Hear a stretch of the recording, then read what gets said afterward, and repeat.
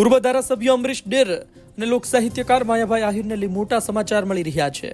વડાપ્રધાન નરેન્દ્ર મોદીને મળ્યા છે અમરીશ ડેર અને માયાભાઈ આહિર. તળાજા રાજુલા પટ્ટામાં શું આ મુલાકાત બાદ ગરમાવો આવી શકે? મંત્રી અર્જુનભાઈ મોઢવાડિયા પણ સાથે જોવા મળી રહ્યા છે. અતિ મહત્વની બાબત છે કે અમરીશ ડેર છેલ્લા લાંબા સમયથી શાંત છે. આ વચ્ચે વડાપ્રધાન મોદી સાથેની તેમની મુલાકાત ઘણું કહી જાય છે.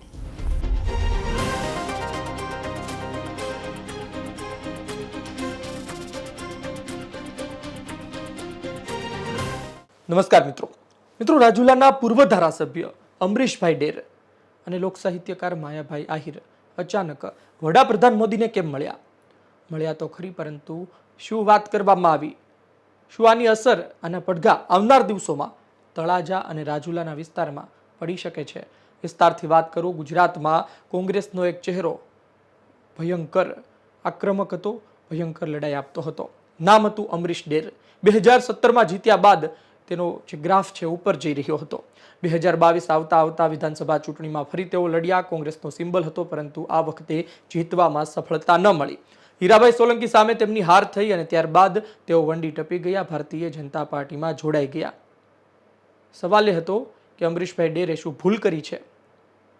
અમરીશભાઈ ડેર છેલ્લા લાંબા સમયથી એક્ટિવ નથી અને શાંત છે. ભારતીય જનતા પાર્ટીમાં આવ્યા બાદ આમ પણ કોણ બોલે છે? અમરીશભાઈ ડેર સામે એ બાબતને લઈને હતું કે આજની તારીખે કોંગ્રેસમાં હોત તો ક્યાં હોત, શું પરિસ્થિતિ હોત.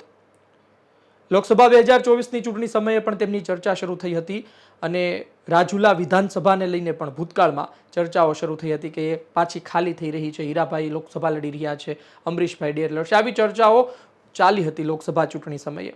પરંતુ હવે આજ અમરીશભાઈ ડેર વડાપ્રધાન મોદીને મળ્યા છે. તેમની સાથે જે જોવા મળી રહ્યા છે તે કોઈ સામાન્ય ચહેરો નથી. ગુજરાતના એક મોટા લોક સાહિત્યકાર છે અને આ સાથે જ આહિર સમાજમાં એક મોટું નામ ધરાવે છે. સૌરાષ્ટ્રના કેટલા વિસ્તારોમાં, કેટલી વિધાનસભામાં મજબૂત જનસંપર્ક ધરાવે છે. માયાભાઈ આહિર પણ ભારતીય જનતા પાર્ટીમાં છે, અમરીશભાઈ ડેર પણ ભારતીય જનતા પાર્ટીમાં છે. બંને વડાપ્રધાન મોદીને મળે તેમાં આશ્ચર્ય સામાન્ય રીતે ન થવો જોઈએ, પરંતુ આશ્ચર્ય એટલા માટે થઈ રહ્યો છે કારણ કે માયાભાઈ આહિરના દીકરા પણ રાજકારણમાં એક્ટિવ છે અને બીજી તરફ અમરીશભાઈ ડેર અત્યારે શાંત છે. શું આવનાર દિવસોને લઈ તેના કોઈ પડઘા પડી શકે છે? હાલ સ્થાનિક સ્વરાજ્યની ચૂંટણી છે, કોઈ મોટા પડઘાની વાત નથી, કારણ કે ન તો માયાભાઈ આહિર સ્થાનિક સ્વરાજ્યની ચૂંટણી લડી રહ્યા છે, ન તો અમરીશભાઈ ડેર સ્થાનિક સ્વરાજ્યની ચૂંટણી લડી રહ્યા છે. મોટા ચહેરા છે, પણ માયાભાઈના દીકરા બેશક આવનાર દિવસોમાં સ્થાનિક સ્વરાજ્યની ચૂંટણીમાં ભાગ લેતા જોવા મળે અને ભારતીય જનતા પાર્ટીનો ભયંકર પ્રચાર કરતા જોવા મળે. તળાજા રાજુલા વિસ્તારમાં અસર થશે કે નહીં એ તો 2027માં ખબર પડશે, પરંતુ હાલ એવી માહિતી એ પણ મળી છે કે કોઈ એવો મોટો કાર્યક્રમ નહોતો. એક માહિતી એ પણ છે કે શું મહાત્મા ગાંધી હોસ્પિટલ અમરીશભાઈ ડેરને બનાવવા જઈ રહ્યા છે, એના કોઈ કાર્યક્રમને લઈને, એના ઉદ્ઘાટનને લઈ, એના કોઈને બાબતને લઈ વડાપ્રધાન મોદીને મુલાકાત થઈ છે. જોકે આ બાબતને લઈ કોઈ જવાબ નથી મળ્યો, પરંતુ માયાભાઈ આહિર, અમરીશભાઈ ડેર દિલ્હી ગયા હતા અને આ સાથે જ દેશના કેન્દ્રીય ગૃહમંત્રી અમિત શાહ સાથે પણ મુલાકાતની વાત હતી. પરંતુ એ પહેલાં અર્જુનભાઈ મોઢવાડિયા તેમની સાથે જોવા મળી રહ્યા છે અને ત્રણેય મળીને વડાપ્રધાન મોદી સાથે મુલાકાત કરી છે. જાણકારો તેવું કહે છે કે કંઈ અપોઇન્ટમેન્ટ નહોતી, પરંતુ તેઓ ત્યાં ગયા અને કોણ આવ્યું છે નામ પડ્યું અને ત્યારબાદ તેમને પણ બોલાવ્યા, તેમની સાથે પણ મુલાકાત કરી. અતિ મહત્વની બાબત એ છે કે અર્જુનભાઈ મોઢવાડિયા અને અમરીશભાઈ ડેર બંને સાથે ભારતીય જનતા પાર્ટીમાં જોડાયા હતા. એક આજે મિનિસ્ટર બની ચૂક્યા છે. તેનું કારણ છે કે તેઓ ધારાસભ્ય હતા, પોરબંદરના ચાલુ ધારાસભ્ય હતા. તો ફરી ત્યાં પેટા ચૂંટણી કરી, ત્યાંથી જીતાડ્યા. ભારતીય જનતા પાર્ટીએ તેમને મંત્રી બનાવ્યા.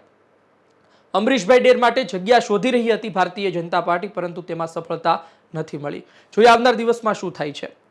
ખેર, આ ફોટો, આ મુલાકાત સૌરાષ્ટ્રના ખાસ કરી તળાજા રાજુલા વિસ્તારમાં ભારે ચર્ચા જગાવી રહ્યો છે, રાજકારણ ગરમાવી રહ્યો છે. મોટી અસર તેમની અત્યારે નથી, પરંતુ ખેર અમરીશભાઈ ડેર હોય કે પછી અન્ય કોઈ નેતા હોય, કોંગ્રેસમાં એક મોટા સ્થાન પર હોય, પછી પાર્ટી બદલીને બીજી પાર્ટીમાં આવે તો મોટા નેતાને મળતું રહેવું પડે. જનસંપર્ક જેવો મજબૂત હોય તેવો ટકાવી રાખવો પડે, કારણ કે આવનાર દિવસમાં હજુ ચૂંટણી તો લડવાની છે. જોઈએ આવનાર દિવસમાં શું થાય છે. અમરીશભાઈ ડેર મહેનત કરી રહ્યા છે. આવનાર દિવસમાં ફરી ચૂંટણી જોવા મળી શકે છે લડતા, પરંતુ કઈ વિધાનસભા હશે, કયો વિસ્તાર હશે ખબર નથી, અને વિધાનસભા ચૂંટણી જ લડશે કે પછી લોકસભા ચૂંટણી લડશે એ પણ ખબર નથી. આપનું શું કહેવું છે કોમેન્ટ બોક્સમાં જરૂરથી જણાવજો. આ વિડીયો માહિતી પસંદ આવી હોય લાઈક કરજો, શેર કરજો. ધન્યવાદ.